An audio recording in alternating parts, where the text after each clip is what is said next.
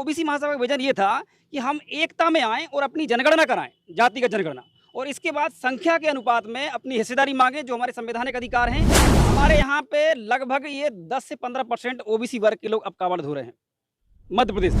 इनको अब समझ में आ गया है कि यहाँ से हमारे रास्ते बंद हैं। अगर यहाँ से भी हम कितना आगे तक जाएंगे, लास्ट में वो जो दरवाजा मेन है वो बंद मिलेगा इनको। हाई कोर्ट तक का घेराव कर चुके हैं, भले हमें लठ पड़े, मारा पीटा, जो भी किया, क्योंकि हमें मालूम है कि अब हमें रास्ता जो महापुरुषों ने दिया है, संविधान की जो विचारधारा है, जहां से हक अधिकार मिलने वाले हैं, हमें वही रास्ता चलना पड़ेगा। उत्तर प्रदेश का पूरा समाज, यादव, लोधी, कुर्मी, काची, पटेल, कुशवाहा, एसटी, एससी सभी मिलकर एक रास्ते चल रहे हैं। अभी 143 निर्दलीय लोग जिला पंचायत में जीत के आए हैं। बशर्ते ओबीसी महासभा के खुद कम से कम 47 जिला पंचायत सदस्य जीते। हम एक दूसरे के जन्मदिन, शहादत दिवस, शहीद दिवस पे अगर इकट्ठे होके और काम करते हैं तो निश्चित ही ये वर्ग पूरक एक होके और मनुवाद, सामंतियों के खिलाफ बड़ा आंदोलन छेड़ सकते हैं। क्या होगा? फूलन को वीरांगना मानते हैं? बिल्कुल वीरांगना मानते हैं।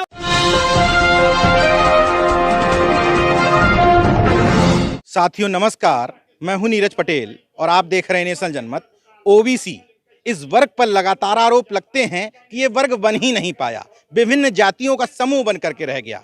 मेरे साथ इस समय ऐसी शख्स हैं जिन्होंने मध्य प्रदेश से बिगुल फूंका और ओबीसी को एक सूत्र में पिरोया और ये ताकत बता दी कि ये भी एक वर्ग बन चुका है। महेंद्र सिंह लोधी। क्या है ओबीसी महासभा का कॉन्सेप्ट और ओबीसी को कितना आप एक वर्ग बना पाए?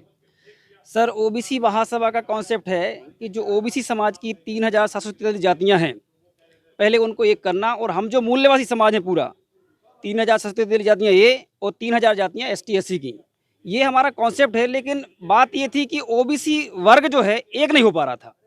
लेकिन आप देख रहे होंगे कि आज यहाँ पे जो हमारा कार्यक्रम है, आज वीरांगना फूलन देवी जो है, जिनकी शहादत दिवस पे कार्यक्रम है, यहाँ पे कुर्मी, पटेल, लोधी, यादव, बिंद, सैनी, घोसी, मतलब जो हमारी समाज है मध्य प्रदेश है या पूरे उत्तर प्रदेश में, वो आज यहाँ पर आने वाली है। इसका मतलब ये है कि हम जो ओबीसी महासभा का विजन ये था कि हम एकता में आएं और अपनी जनगणना कराएं, जातिगत जनगणना, और इसके बाद संख्या के अनुपात में अपनी हिस्सेदारी मांगे, जो हमारे संवैधानिक अधिकार हैं। और हमारे महापुरुषों की जो विचारधारा है और रही है, जो हमारे महापुरुष जिनके हम आज शहादत दिवस मना रहे हैं, उनके जो विचार थे उसको आगे बढ़ाएं, ये ओबीसी महासभा की विचारधारा है जी। आपने कहा कि फूलन देवी का शहादत दिवस मना रहे हैं जी। ऐसे समय में जब ओबीसी और एससी वर्ग कावड़ ढोने में लगा हुआ है, आप अयोध्या में खड़े होकर के कह रहे हैं कि हम फूलन देवी का शहादत दिवस मना रहे हैं। देखिए सर, मैं अगर मध्य प्रदेश की बात करूं आपको, तो मध्य प्रदेश में आप लोग सभी सुन रहे हैं, मैं आप लोग पता कर लेना, हमारे यहाँ पे लगभग ये 10 से 15% ओबीसी वर्ग के लोग अब कावड़ धो रहे हैं मध्य प्रदेश में। कम हुआ। और हाँ, मतलब कम नहीं हुआ है, 10 से 15% ही लोग वहाँ पे धो रहे हैं अब, क्योंकि 3 साल जिस तरीके से काम किया है, कौन ढोता था? लोधी, कुर्मी, कुशवाहा, है ना, और जो बड़ी कास्ट जो ओबीसी में अपने आप को समझती है लीड करने वाली, जैसे कुर्मी, वो भी अपना करते थे, लोधी तो आप जानते ही है ना। लेकिन इनको अब समझ में आ गया है कि यहाँ से हमारे रास्ते बंद हैं। अगर यहाँ से भी हम कितना आगे तक जाएंगे, लास्ट में वो जो दरवाजा मेन है वो बंद मिलेगा इनको। तो अब उन्होंने शिक्षा की ओर और हमारे महापुरुषों के जो विचार थे और उनके जो मिशन थे, उनके लिए लगातार काम करने लगे हैं। आप देख रहे होंगे मध्य प्रदेश में कम से कम हम पूरे 3 साल के अंदर कुछ इतने बड़े आंदोलन कर चुके हैं। आप लोगों ने देखा होगा, शिवराज सिंह चौहान का 2-3 बार घेराव किया गया है।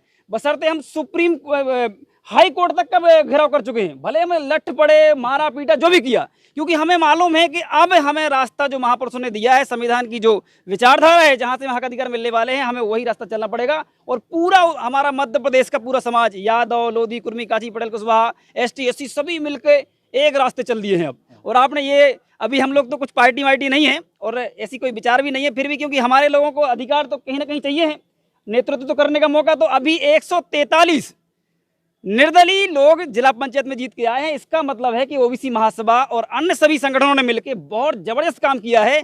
बशर्ते ओबीसी महासभा के खुद कम से कम 47 जिला पंचायत सदस्य जीते, बिना किसी पार्टी के। हाँ, बिना किसी पार्टी के। और वो लोग हैं जो आंदोलनों में लाठी खाए हैं। तो अब हमारा यहाँ से रास्ता क्लियर हो सकता है। तो ये किस कॉन्सेप्ट के तहत जीते? ये तो हमने नोट हमारा, वोट हमारा? नहीं, हमारे पास कुछ नहीं है ये सब चीजें। विचारधारा थी, हमने बाबा साहब की विचारधारा, जोधा फुले की, सावित्री फुले की, महात्मा जो हमारे हैं कबीर पेरियार, सम्राट अशोक से लेके इनकी, हृदय साह लोधी से लेके अवंतीबाई की, जो हमारे महापुरुष से सभी, उनकी विचारधारा को एक जगह पिरोया। हम ये चाहते हैं जो आज हो रहा है कि हम यहाँ फूलन देवी जी की अगर यहाँ पे इकट्ठे हुए हैं तो कल अवंतीबाई के लिए भी आप सब इकट्ठे हो। जो सारे हमारे महापुरुष और जिन्होंने शहीद जो हुए हैं, अगर हम एक दूसरे के जन्मदिन, शहादत दिवस, शहीद दिवस पे अगर इकट्ठे होके और काम करते हैं तो निश्चित ही ये वर्ग पूरक एक होके और मनुवाद सामंतियों के खिलाफ बड़ा आंदोलन छेड़ सकते हैं और हमने शुरुआत कर भी दी है। बहुत सारे लोग सवाल उठा देते हैं कि फूलन देवी बीहड़ में कूदी थी, उसके बाद सांसद बनी, तो उनका शहादत दिवस क्यों? देखिए, सबसे बड़ी बात तो ये है, वहाँ याद करना चाहिए कि जो 11 साल की बेटी और उसके साथ जो शोषण अत्याचार हुआ, इसके बाद उनकी 3 गुना उम्र के साथ उनकी शादी हो गई, ये क्या है? ये मनुवाद है।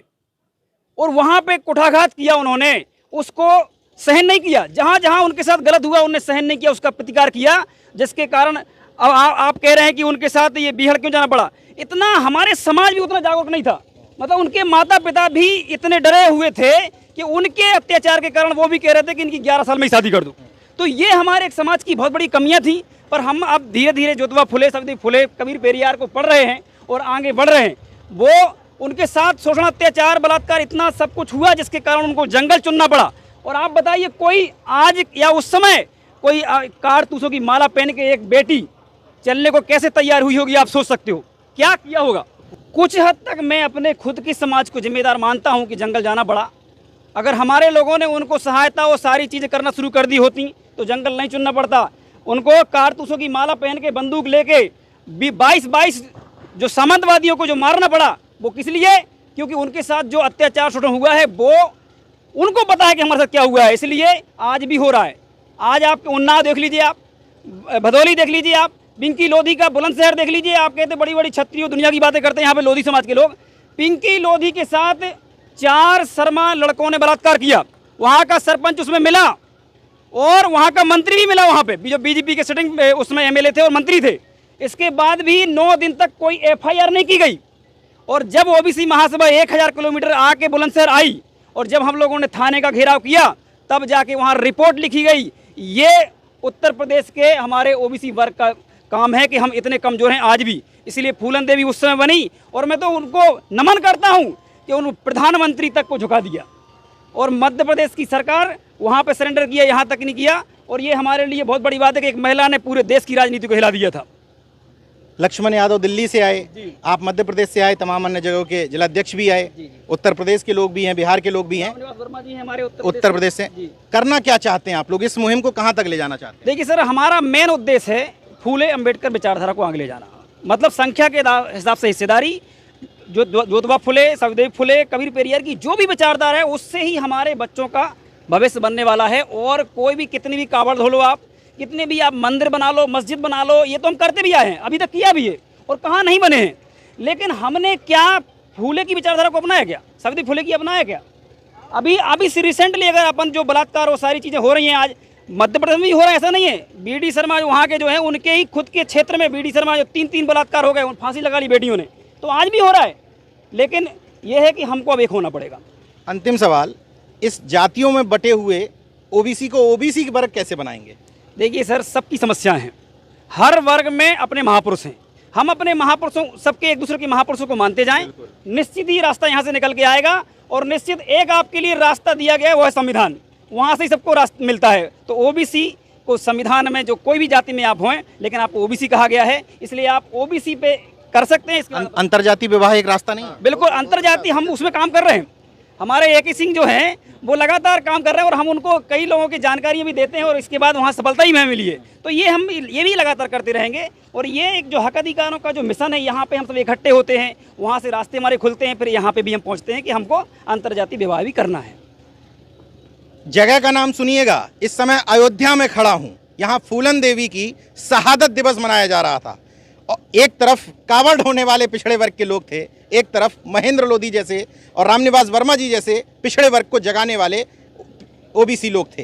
तय आपको करना है कि आपके बच्चों का भविष्य उस कावड़ ढोने में ज़्यादा सुरक्षित है या स्कूलों में, विद्यालयों में। देखते रहिए नेशन जनमत, जागरूक और सजग बने रहिए। जय विज्ञान, जय संविधान। धन्यवाद।